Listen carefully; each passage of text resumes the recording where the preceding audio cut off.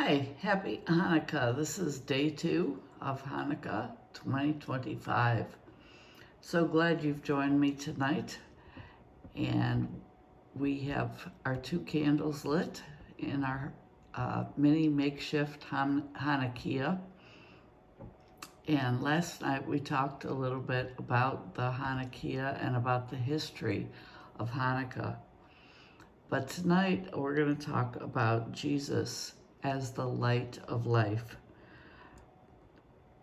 We talked yesterday about how Jesus thought this celebration was worthy of his attending.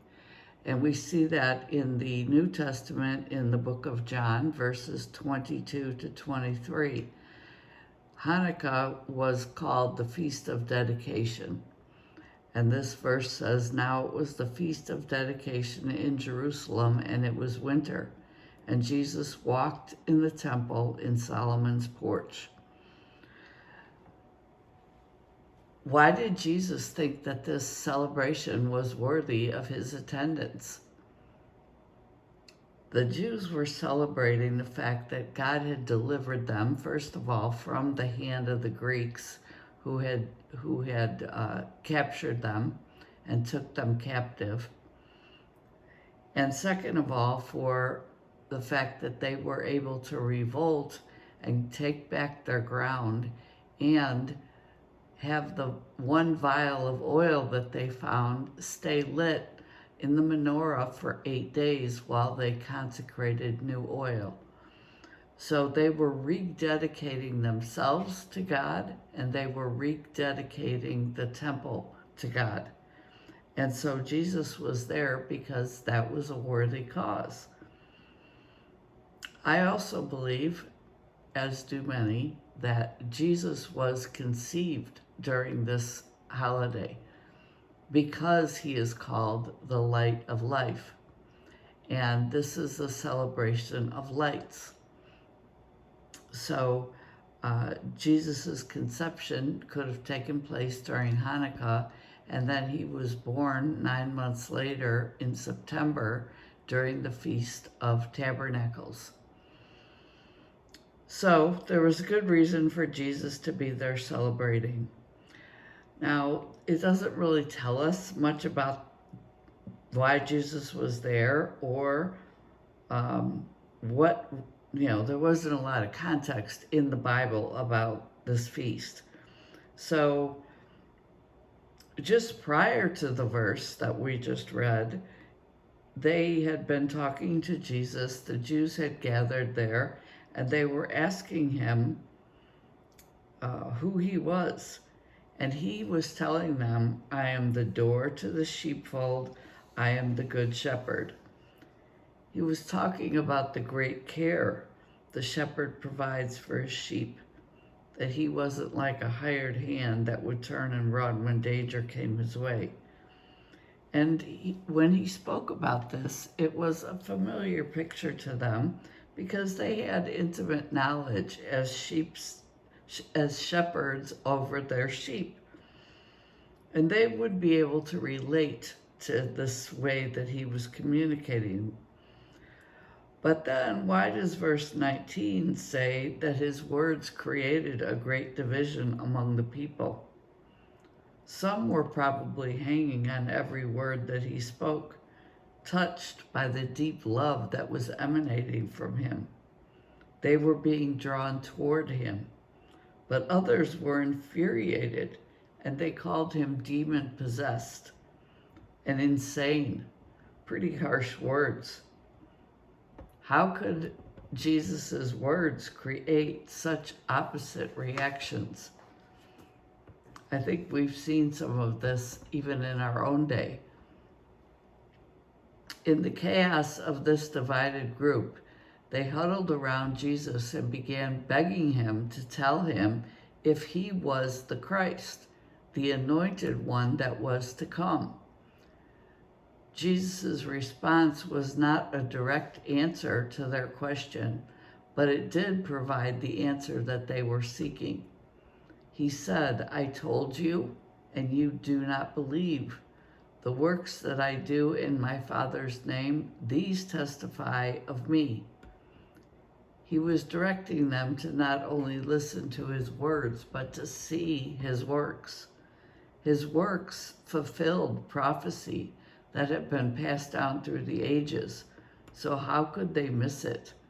Why couldn't they see? This is the question that we have to all ask of ourselves. There are times in life when we just can't see an answer for our questions. But what are we looking for? Could it be that we expect the answer to come in one way, but if it doesn't appear in that form, that we don't recognize the answer? I believe that's what these unbelievers did. They expected their Messiah to come looking differently and acting differently and doing different works than what they saw in Jesus. Yet here he was in the temple while they were celebrating the lights of Hanukkah, walking and talking among them and testifying to the fact that he was the very light that they were celebrating. He didn't try to hide his identity. He was just there among his people. Those that were truly seeking him had eyes to see, and they kept their eyes of faith open, expecting that God was going to reveal truth to them. Others were seeking their own man-made image of Messiah that would satisfy their expectations, and they weren't willing to change their minds to align with God because they had their own agenda. The scripture says it was the feast of dedication and it was winter. In the midst of the warm glow of the lights, many had cold hearts. So as we celebrate Hanukkah and Christmas this year, we must consider, what is it that we're looking for? You've heard many words of prophecy about Jesus, about his kingdom, about his second coming and the end times. You see things happening all around that people are questioning. But what do you really believe about these things? Are you limiting the answers to what you can understand with your human reasoning? Or are you willing to consider that God could do anything, any way that he likes, even if it doesn't make sense to you? Are you even looking and anticipating Christ's return? Or do you think that's just maybe a made-up story? Have you considered that you might need to have an active seeking in order to understand these stories or prophecies that you've read about Jesus' second coming? Headlines aren't going to be written in the sky. It takes faith to believe what we don't fully understand. But that is the exciting journey of walking with God. He shows us as we go. But if we're not willing to go, then we get left behind in a sea of unbelief and disappointment. So take another look at things that are familiar to you and see in a new way.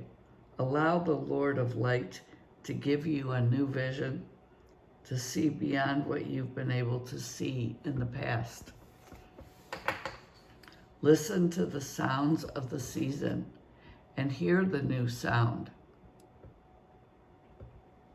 The voice of the Good Shepherd is calling his sheep to come